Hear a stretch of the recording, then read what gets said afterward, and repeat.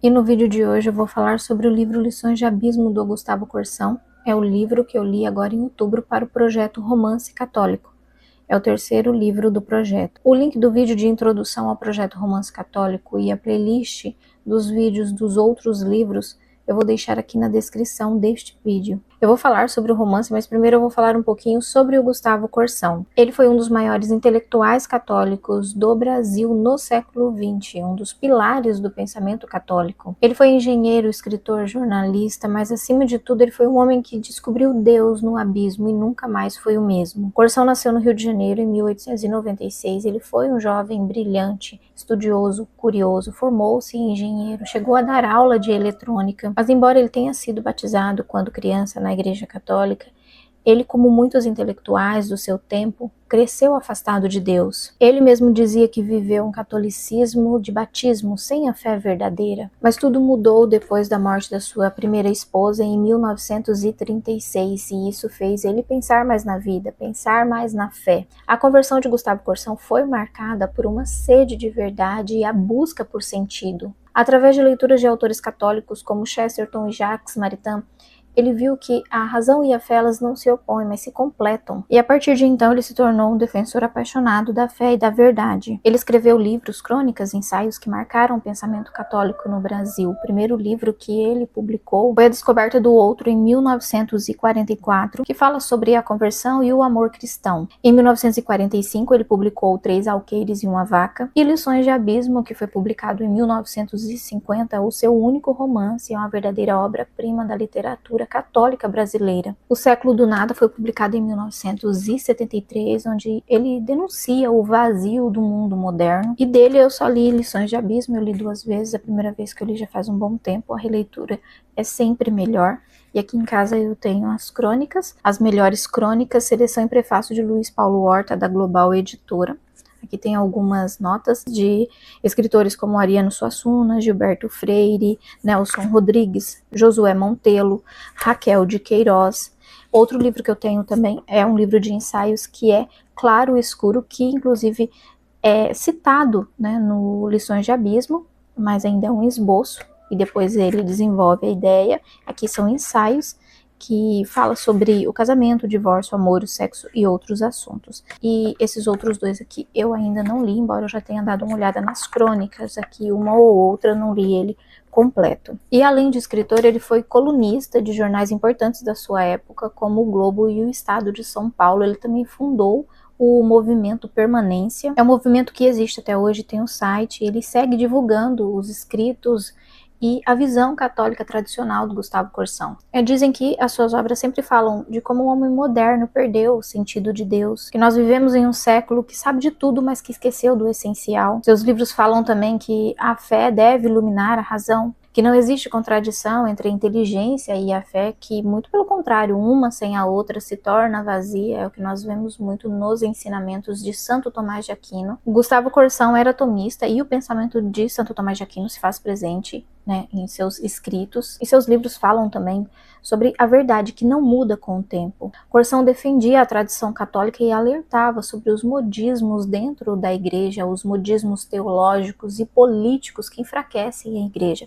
E isso que dizem que está em todos os seus livros, nós vemos bastante aqui também em Lições de Abismo. E são críticas muito bem escritas, A escrita do Gustavo Corsão é muito bonita. Então suas críticas também são escritas de forma muito inteligente. Ele critica, dá gosto de ler as suas críticas. Ele não deixa de dizer a verdade, mas ele diz de uma forma muito bonita. E por causa das suas críticas, tanto nos seus livros quanto para os jornais, ele foi visto como um crítico corajoso à modernidade dentro e fora da igreja. Corsão viveu intensamente os debates do seu tempo. Ele defendeu de unhas e dentes aquilo que ele acreditava ser o certo. Ele se opôs firmemente ao comunismo e por isso ele apoiou a intervenção militar de 1964. Ele acreditava que era uma defesa contra o avanço do comunismo no Brasil. Essa sua posição gerou polêmica e o colocou entre os intelectuais mais combatidos da época. Então esse foi um dos motivos que ele foi esquecido. Embora ele seja um dos maiores escritores da literatura brasileira, ele foi deixado de lado por ter o seu posicionamento bem firme, defender a fé católica. Já naquela época, e principalmente nos dias de hoje, nós sabemos que a maioria dos que fazem sucesso Não é porque escrevem bons livros, mas porque defendem uma certa ideologia, né? Porque são de um lado político específico. Foi o que aconteceu não só com Gustavo Corsão, muitos outros escritores de sua época também foram esquecidos. Hoje, graças a Deus, tem um movimento muito bom de leitores, né, divulgando as obras do Gustavo Corsão e de outros escritores também, que foram deixados de lado. Mas é importante deixar claro aqui também que o Gustavo Corsão ele não defendia o autoritarismo político. Ele temia pela morte espiritual do Ocidente. Ele viu o comunismo, o materialismo, o relativismo como sintomas de um mesmo mal, a ausência de Deus. Já dentro da igreja, ele que era de uma linha mais tradicional, ele começou a enxergar o começo do movimento da teologia da libertação ali e alertar sobre o perigo dessa teologia para os católicos. Então todas essas suas posições gerou muitas polêmicas na época. E falando um pouco do estilo do escritor, ele unia profundidade teológica com beleza literária. Lições de Abismo é comparado por alguns críticos ao livro Diário de um Pároco de Aldeia, do Georges Bernanos, e a alguns livros de Dostoiévski. E lendo este livro aqui, eu me lembrei muito do livro Nó de Víboras, do François Mauriac. Tem resenha para este livro aqui no canal. É um livro que eu gostei muito, foi uma das melhores leituras que eu já fiz na minha vida. É um homem também que está doente nos seus momentos finais da vida. Tem a conversão, tem as reflexões sobre a vida, sobre os pecados, sobre os erros, né? E sobre o tempo perdido. Então são dois livros que eu gostei muito, e lendo Lições de Abismo eu me lembrei muito do livro Nó de Víboras. Se você não leu, leia, eu tenho certeza que você vai gostar também. Então Gustavo Corsão é um escritor de introspecção espiritual, um defensor da civilização cristã, e nós vemos isso aqui em Lições de Abismo o tempo inteiro. Em 1970 ele escreveu o livro Século do Nada, ele já estava bem idoso, doente. E neste livro, O Século do Nada, dizem que ele fala, né, sobre como o homem moderno se afastou tanto de Deus que ele já não sabe mais o que é ser humano. Gustavo Corsão teve 6 filhos, 2 filhos do primeiro casamento, né? Ele ficou viúvo, então ele se casou uma segunda vez e teve mais 4 filhos com Hebe Ferreira da Silva. Ele faleceu em 1978 no Rio de Janeiro, deixou vários livros que são muito atuais. Eu pretendo ler os outros livros dele, pretendo começar pelos livros que eu já tenho aqui em casa e depois ler os outros livros dele. Se você não leu nada desse escritor, eu recomendo muito que você leia. Hoje as suas ideias são estudadas por intelectuais católicos que buscam um pensamento sólido, enraizado na fé e na razão. Bom, então agora eu vou falar do livro Lições de Abismo, que, como eu já falei, é o único romance do escritor. Aqui nós vemos a história de um homem que descobriu Deus na profundeza da própria alma, e dizer que este livro, que é um dos maiores romances espirituais do Brasil, não é exagero. Ele foi publicado em 1950, considerado o auge literário de Gustavo Corsão, foi elogiado por grandes escritores como Raquel de Queiroz, Oswald de Andrade, Manuel Bandeira. E Lições de Abismo, embora seja um livro muito bonito, não é uma leitura fácil. Eu não estou me referindo à escrita, eu estou me referindo à história. É um livro que nos faz mergulhar na consciência atormentada, orgulhosa e cega de um homem, mas que, em meio a toda essa tormenta, ele consegue enxergar a luz da graça divina. Este livro aqui foi escrito em uma época que Corsão já estava profundamente convertido ao catolicismo. Ele mesmo disse que esse romance era uma tentativa de mostrar em forma literária o drama da alma humana diante da eternidade. É uma narrativa confessional, né, introspectiva. Inclusive, ele faz muitas referências a outros escritores, outros livros aqui também. É um livro de alma. Tudo acontece aqui dentro da mente e do coração de um homem que está morrendo. E é aquela narrativa que você não sabe se você está lendo a vida do personagem aqui, que até certo ponto a gente não sabe o nome dele, ou do próprio Gustavo Corsão. Então acho que por isso que muitos dizem que este livro é um espelho do próprio autor. O livro começa aqui com uma frase de Santa Catarina de Sena: "Não encontrarás repouso verdadeiro a não ser no sangue", referindo ao sangue de Cristo. Bom, a primeira parte aqui é Kundry. Kundry e Parzival, a quem ele cita bastante aqui no livro, e eu não sei se é assim que se pronuncia corretamente, são personagens central da ópera Parzival de Richard Wagner, baseados na lenda do rei Arthur e a busca pelo Santo Graal. Kundry é uma personagem que carrega maldição, mas que busca por redenção, e é o que nós vemos aqui, não só na primeira parte, né, no livro todo, mas a primeira parte se chama Kundry. O livro é escrito em primeira pessoa, são relatos íntimos em forma de diário, Então sempre falam, né, desconfiem de narrador em primeira pessoa, porque ele está vendo, ele está contando a história apenas do seu ponto de vista.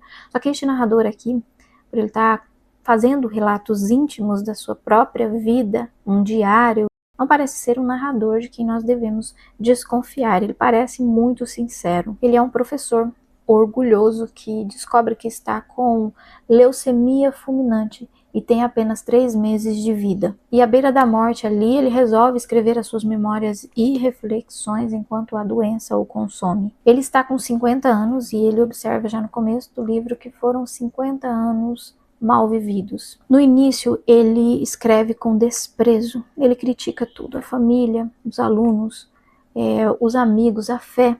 Ele se considera um observador lúcido do mundo, mas na verdade ele está afogado em soberba e vaidade. Também no começo aqui ele já fala, né? Ele é um homem sozinho, ele fala da sua ex-mulher e do seu ex-filho. Então ele era casado com Eunice.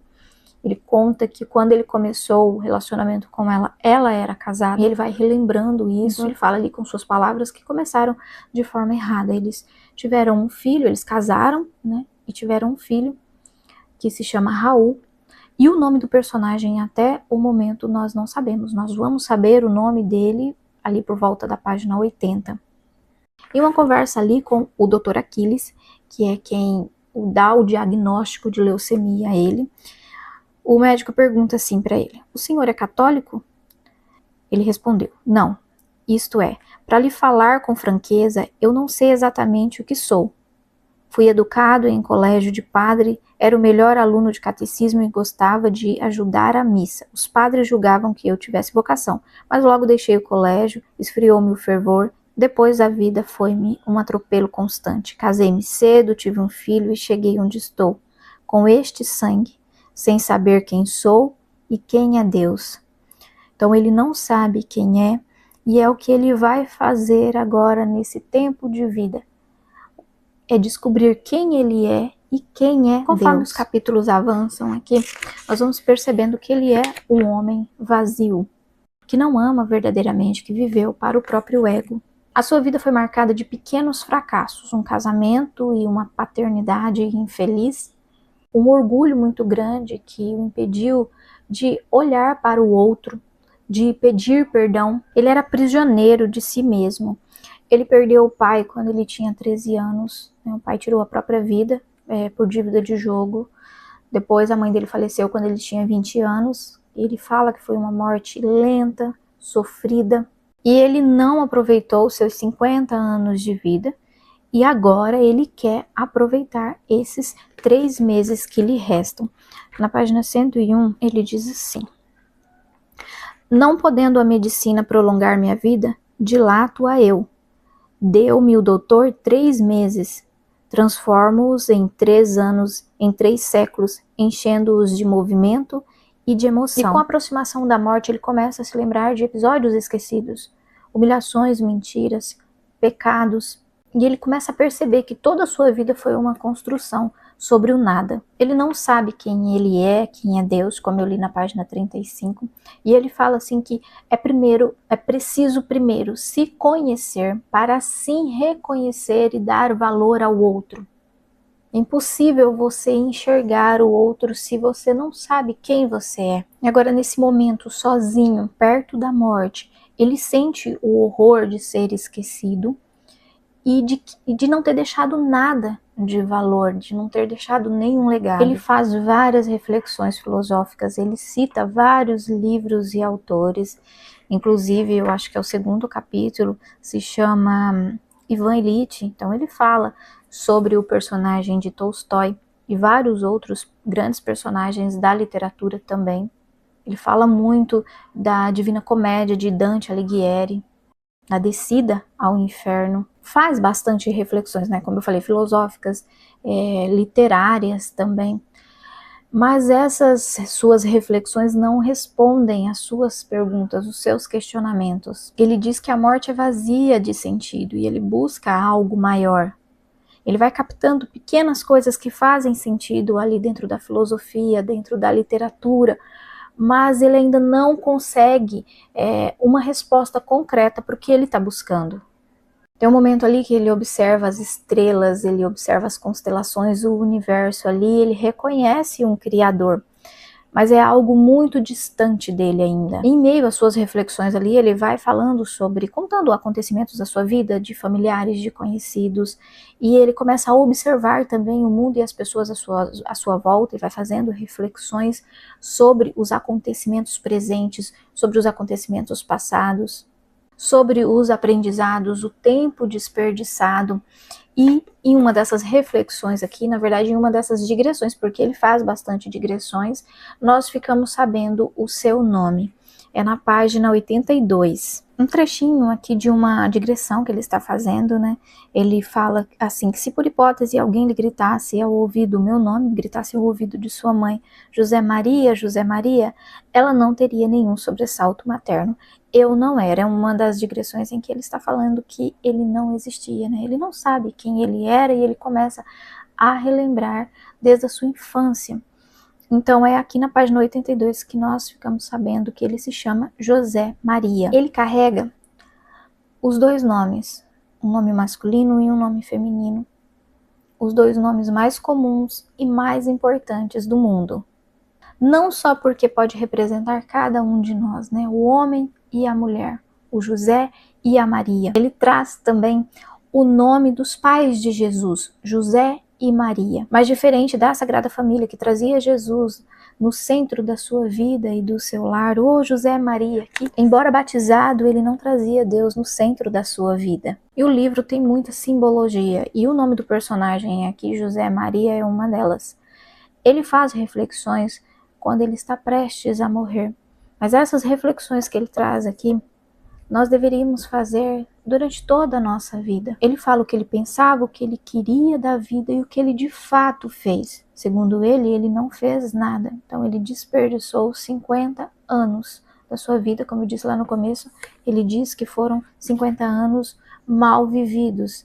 Ele não construiu nada, não soube viver, não soube amar. E isso é o que mais perturba ele, não é a aproximação da morte, é a vida estéril que ele levou. Então, como eu falei, ele começa a refletir sobre o passado, sobre o presente, ali trancado no seu quarto, escrevendo, né, esses momentos. Ele começa um processo de conversão silencioso. O orgulho ali do começo vai cedendo lugar ao arrependimento. Mesmo aqui, na primeira parte, ele já começa a descer no abismo da sua alma e a trazer lições importantes. Na segunda parte aqui, se chama Os Rubis de Burma. Esses rubis de Burma aqui também tem uma simbologia muito bonita. E no começo dessa segunda parte aqui, ele fala, né, que ele está cultivando flores ali em seu quarto. E ele começa a comparar a vida das flores com a nossa vida. E fala como a nossa vida é breve, né? Sobre a brevidade da vida. E em meio a todas as suas reflexões aqui, aos seus pensamentos, as suas digressões, ele vai fazendo as suas críticas. E uma das críticas mais importantes que eu achei aqui foi a crítica ao coletivismo. Na página 117 ele diz assim: o coletivismo é a tentativa de encontrar significado na multidão, já que não se consegue descobrir o significado de cada um. É a conspiração dos que se ignoram, a união dos que se isolam, a sociabilidade firmada nos mal-entendidos, o lugar geométrico dos equívocos. Página 118 ele continua: os homens que perderam o segredo da alma, ora se isolam, ora se aglomeram. Na página 119 ele continua: eu quereria demonstrar, se tivesse tempo, que a verdadeira sociabilidade só é possível quando tiver raízes que desçam aos abismos da subjetividade, pois somente dessas profundezas pode jorrar a verdadeira generosidade. Em outras palavras, o que eu quereria demonstrar é que as verdadeiras aberturas do homem estão no seu interior, no claustro, no jardim secreto do seu coração. E com essa crítica aqui ao coletivismo, ele estende a sua crítica ao socialismo. Ainda na página 119 ele diz assim: na verdade a maioria das demonstrações socialistas começa pela suposição de trazer ao mundo a sensacional descoberta de que 2 e 2 são 4. O homem só pode acertar razoavelmente os problemas exteriores quando tiver descoberto ao menos em seus vagos lineamentos o segredo de seu ser. E aqui, né, ele termina aqui as suas críticas ao socialismo e ao coletivismo que, segundo ele, é o câncer que estrangula a humanidade. E esse querer pertencer a algum grupo, ser alguma coisa junto com outras pessoas, sem antes saber quem é você de fato. Isso é um câncer, segundo ele. Você tem que descobrir quem é você. Lá atrás ele já disse também, né? Só quando você se conhecer é que você vai reconhecer e dar valor ao outro. E conhecer a si próprio não é ser individualista, só pensar em si, não. Mas é porque se você não se conhece, é impossível ajudar o outro. É isso que ele fala, ele não sabe quem ele é. Por não saber quem ele é, ele foi incapaz de olhar para o outro. Ele nunca olhou para dentro de si. Ele nunca fez essa busca interior de saber quem ele é, de saber quem é Deus na vida dele. E por isso, ele foi incapaz de olhar quem estava ao seu lado, de dar valor às pessoas. Ele fala aqui também que a nossa vida é um circo. Ele faz uma analogia, né, sobre o circo e a nossa vida, e ele fala que na vida o que mais se vê é o erro do outro. Como no circo, né, a plateia enxerga o erro do palhaço que está ali no palco ali. Então, na vida o que mais se vê é o erro do outro. Na página 123 ele diz assim: o mundo é um circo, em que a arena e as arquibancadas são relativas. 3 bilhões de atores mal ensaiados passam a vida a divertir-se, cada um apontando no outro o rabo de papel, ou a trave no olho. Faz referência ao evangelho. Outra coisa que ele fala também, que quando você não conhece a si mesmo, que você não é capaz de enxergar os próprios erros, você só aponta os erros dos outros. Nisso aqui que ele fala, né, que na vida o que mais se vê é o erro do outro. Quando você não conhece os seus próprios erros, os seus próprios defeitos e pecados, você não reconhece as suas fraquezas, você vai ficar só apontando as fraquezas do outro. E aqui ele compara a sua ex-esposa, que se chama Eunice, a Madame Bovary, do Gustave Flaubert. O Gustavo Corsão, ele traz muitos simbolismos aqui na obra, muitas coisas que a gente tem que parar para pensar um pouquinho, né? Alguns objetos que têm um significado muito grande. E o nome Eunice, ele diz que Eunice era tudo para ele, que ele era Eunice, que Eunice era a vida dele. Então, talvez a escolha do próprio nome aqui, para a esposa, né, do personagem, talvez tenha o significado do eu ali, Eunice. Então ele compara aqui Eunice a Madame Bovary do Gustave Flaubert. Ele traz as cartas imaginárias que ele escreveu ao seu amigo Miguel e ele conta ali desde o seu relacionamento, começo do seu relacionamento com a Eunice. E ele fala que ele era um homem muito ciumento e fala também da infidelidade de sua esposa. E aqui, nessas cartas imaginárias, ele vai contando que ele era muito ciumento e ele começou a desconfiar dela, começou a seguir ela. E então ele descobre que Eunice estava se encontrando com seu ex-marido. E ele atribui isso ao relacionamento que eles já começaram errado, né? Então, quando ela começou o relacionamento com ele, ela era casada. E depois ela estava traindo ele com seu ex-marido. E foi ali diante do amante da sua mulher que ele viu a própria miséria. Ele descobre o adultério da esposa, mas ele continua morando com ela. E depois ela que resolve abandonar ele. As lembranças daqueles momentos, o que ele sentiu, o que aconteceu. Ele vai explicando tudinho o que aconteceu depois dessa descoberta da traição também com ela, com o filho, porque lá no começo ele já fala, né, ex-mulher e ex-filho. E eu sempre conto muitos detalhes dos livros e este daqui eu vou tentar não contar muitas coisas porque eu quero que você leia. Então, ele vai contando aqui, né, sobre este relacionamento que de certa forma já começou errado. E como eu falei, em meio às suas digressões e às suas lembranças ali, ele vai contando a percepção da vida presente também, né, com esta visão agora que ele tem de pouco tempo de vida. Nesta segunda parte aqui, ele conta, que é uma parte muito bonita, ele fala da moça do café. Ele dá nome às suas rosas do quarto, e uma das suas rosas se chama Gertrude. E ele não sabe o nome da moça do café, mas ele a chama de Gertrude. Ele descobre que ela tem pouco tempo de vida também, né? Parece que ela está com tuberculose. E ele fica refletindo a vida do outro, olhando para o sofrimento do outro. Então ele para de olhar para ele e olha para o outro. Então ele fala da importância de olhar para a vida do próximo ele diz que ele tem consciência da morte que ela não tem. Então ele vai dando lições de virtudes aqui, mas sem moralismo, né? E são lições muito importantes, que nos faz pensar bastante também. Tem um capítulo aqui que fala sobre o Natal, né? E ele até cita o Scrooge, do Charles Dickens, né? De uma cantiga de Natal do Charles Dickens.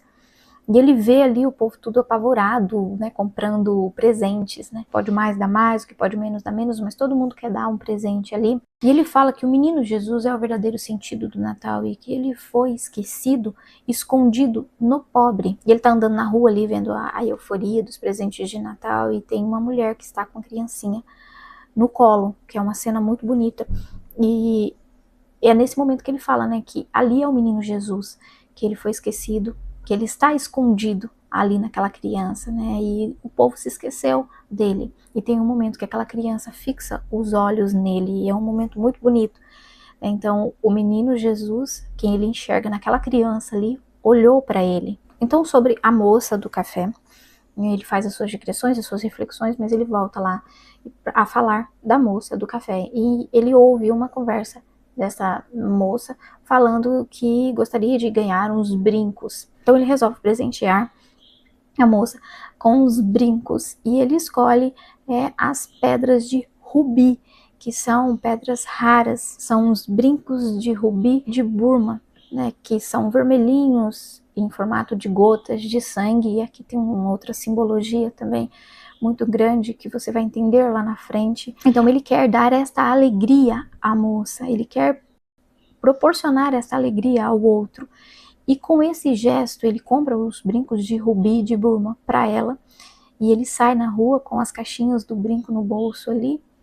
Ele se sente rejuvenescido, né? Então ele se sente feliz, ele está contente em fazer a alegria do outro, pensar nessa felicidade do outro, mesmo que por um momento ele esquece dos seus problemas. E aqui na página 204 ele diz assim: eu ia andando pelas ruas sentindo no bolso a caixa dos rubis.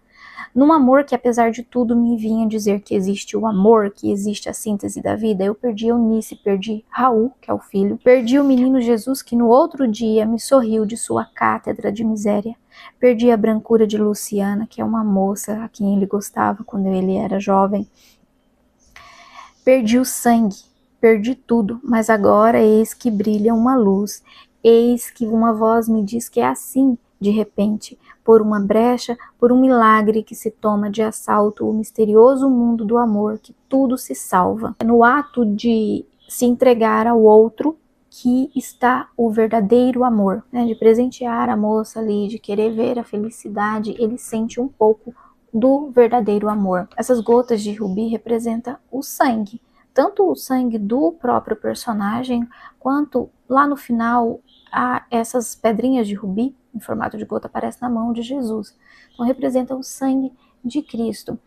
E esse ato dele servir o outro, né, doar-se, porque ele praticamente dá todo o seu dinheiro ali para comprar esses brincos raros para aquela moça. Então é a humildade, é o servir, que é a verdadeira lição de vida, que Jesus nos entrega, que Jesus nos pede, né? Então estás nas mãos de Jesus ali, é o ato de servir, é o ato de humildade, é o ato de caridade. Então a simbologia desses brincos aqui no livro também é muito bonito. Na terceira parte ele faz a viagem ao centro da Terra, que é referência ao livro do Júlio Verne, que é bastante citado aqui também. O que ele fala, né, que lá no livro do Júlio Verne tem um professor que vai descer ao centro da Terra, mas antes ele dá lições sobre o abismo. Ele diz assim, na página 212, antes de descer às profundezas, ele ensinava a galgar as alturas. A esses salutares exercícios dava o nome de lições de abismo. Aqui na página 213 eu tô vendo que também ele cita Jó numa parte muito bonita, né, que ele fala assim, nisto eu estou com Jó. Eu me revestirei de minha pele e na minha carne verei a Deus. Eu o verei eu mesmo com os meus próprios olhos e não um outro. Então aqui começa, né, o verdadeiro arrependimento, a busca pela verdade e pela redenção. Na terceira parte ele continua, né, trazendo aqui as suas lembranças. Tem uma outra cena, né, bem simbólica aqui também, bem bonita. Ele fala sobre um relógio.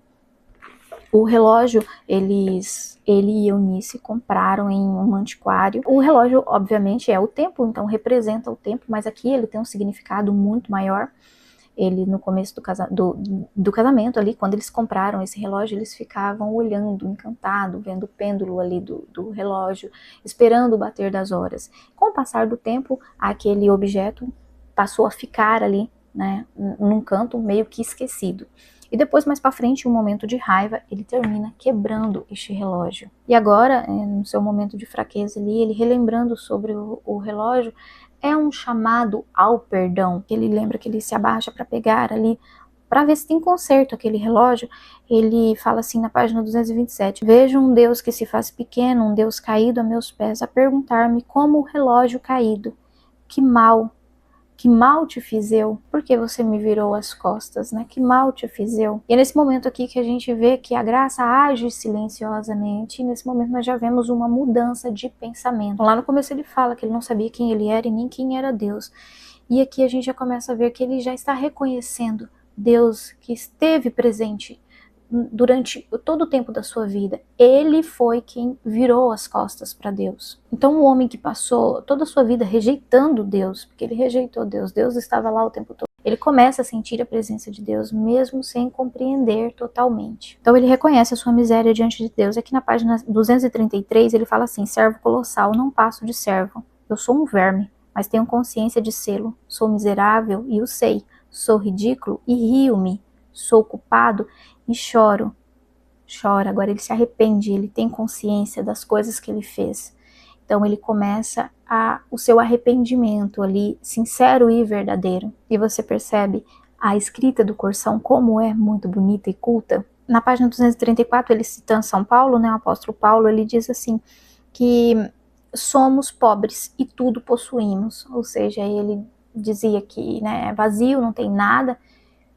Ele sempre possuiu tudo, ele que não sabia reconhecer. Depois aqui em conversa com o Dr. Aquiles, ele diz que está lendo os Solilóquios de Santo Agostinho, né, para tentar entender melhor e procurar as respostas para os seus questionamentos. Ele continua fazendo as suas reflexões, agora já sobre o catolicismo, né, sobre a fé e sobre Deus. Agora ele falta poucos dias de vida, mas ele continua escrevendo ali no seu diário. E mais uma vez ele fala de como a nossa vida é breve, né? É curta. Ele diz assim, ó, todos estão vendo tudo pela última vez. Não sou eu só, por causa de meu sangue, que estou morrendo. Tudo está morrendo. E às vezes a gente não para pensar nisso, né? Então a gente deveria dar mais valor aos acontecimentos, ao ordinário da vida comum, né? Porque nós estamos vendo e vivendo tudo pela última vez. E aqui nós estamos chegando bem no finalzinho, né? E ele vai colocando aqui, me resta 20 dias, me restam 10 dias, mais ou menos, né? E tem um momento aqui que é um dos momentos mais marcantes, é que ele está deitado ali, ele passou mal, e ele está acordando e ele vê as pessoas falando sobre ele como se ele escuta, né, as pessoas falando sobre ele como se ele já estivesse morto. Tem um outro momento antes disso, que foi um momento que, assim, eu fiquei, sabe, um momento bem triste. Ele resolve que naquele dia ali ele vai falar com o Dr. Aquiles, ele vai falar com a moça do café e ele planeja algumas coisas. Então ele sai de casa, ele já tá bem fraco, mas ele sai de casa. E ele coloca aqui que foi a primeira vertigem. Então ele vai até o consultório do Dr. Aquiles, o doutor não está, ele vai até a moça do café e ele fica sabendo que ela já foi afastada, né, por estar doente. E então ele passa mal na rua. E ele tem a sua vertigem ali, ele acorda com as pessoas, né, abanando ele. Você parar pra pensar, tá chegando o fim da vida. Eu já não sou uma pessoa normal, posso andar por aí, viver e fazer as coisas como eu fazia antes. E é coisas que nós paramos para pensar ali em momentos específicos, mas são pensamentos que eu acredito que deveria sempre estar com a gente, porque nós achamos que esse momento é algo muito distante, isso não vai acontecer comigo, não tem como a gente imaginar como vai ser, mas que isso vai acontecer, né? A morte vai chegar um dia para todos, isso vai. E Gustavo Corsão aqui, ele nos mostra isso de uma forma, como eu já falei, bela e real, triste mesmo, nos coloca para refletir. Então, uma cena que eu me lembrei aqui, eu resolvi falar aqui, é uma cena muito bonita do livro também, como muitas outras. Então ali ele acamado no meio da sua agonia, ali já no finalzinho mesmo da sua vida, ele percebe que a vida toda ele fugiu do amor. do amor das pessoas e do amor de Deus. E essa percepção fere mais ele do que a certeza da morte. Ele entende que ele nunca amou de verdade, porque o amor, ele exige entrega, ele exige humildade, e ele nunca teve. E no final aqui nós entendemos que o abismo aqui do livro é o abismo interior, é a alma sem Deus, é o vazio de Deus. E as lições são essas revelações dolorosas do homem que se vê frente à eternidade, né, diante da morte. Bem no finalzinho ali do livro, quando a gente já não sabe bem ao certo se ele está tendo visões ou tendo alucinações, mas ele escreve ali que ele vê o diabo contando a sua própria história, né, com riquezas de detalhes, mas conta de uma maneira que ele estranha, uma maneira diferente, mas mesmo assim é a sua história. Então nesse momento ele luta ali com a morte e encontra Deus. Então ele escreve no seu diário, ali até nos seus últimos dias, e tem um momento que ele fala que veio Eunice, que veio o Dr. Aquiles, que estão ali com ele pede para chamar um padre também. Ele fala que o filho vai vir ver ele. Então a gente não fica sabendo os detalhes finais ali, porque ele já está bem debilitado, né? Então ele morre, mas deixa a sensação de que ele foi tocado pela misericórdia de Deus, que no instante derradeiro ali ele enfim olhou para o alto. Inclusive, eu não lembro que parte que está do livro aqui, mas tem um momento que ele fala, né, que o nosso olhar não deve ser na horizontal, mas deve ser na vertical, né? O nosso olhar deve estar para o alto. Então é o que nós vemos aqui, que na hora derradeira ele olhou para o alto. Eu não sei se vocês perceberam, para quem leu aí o livro já, eu tentei não falar muitos detalhes do livro, né? Muitos detalhes ali sobre, principalmente, a história dele, no casamento, né? A paternidade e tudo mais, porque eu quero que você leia, como eu já falei, eu quero que você leia este livro aqui, porque é um livro muito bonito, um livro belo, triste e real. Então, lições de abismo, são muitas as lições, e uma das lições que nós tiramos aqui é que o orgulho é o abismo humano. É o orgulho que é a cegueira espiritual que nos impede de estar em contato com Deus, e que ninguém está perdido, que até no último momento ali a graça pode agir, no momento derradeiro. E uma das lições mais importantes também, por isso que eu falo que este livro é muito atual, é a solidão do homem moderno. Principalmente nos dias de hoje, nós estamos cercados de palavras, mas sem diálogo com Deus. E também fala, né, que o caminho de salvação começa por reconhecer quem nós somos de verdade. E o narrador aqui, o José Maria, representa o homem moderno, um pouco de cada um de nós, cheio de razão e vazio de sentido. Que ele desceu no abismo interior para descobrir o céu. Lições de Abismo, do Gustavo Corsão. É um livro incrível. Se você já leu, me conta aqui nos comentários o que você achou. Este é o terceiro livro, como eu já falei, do projeto Romance Católico. O link deste livro está aqui na descrição, assim como o meu link da Amazon, a minha lista de desejos, o link das editoras parceiras, onde você tem cupom de desconto. Se você gostou deste vídeo, curte, se inscreve no canal caso ainda não seja inscrito. Até o próximo vídeo. Tchau!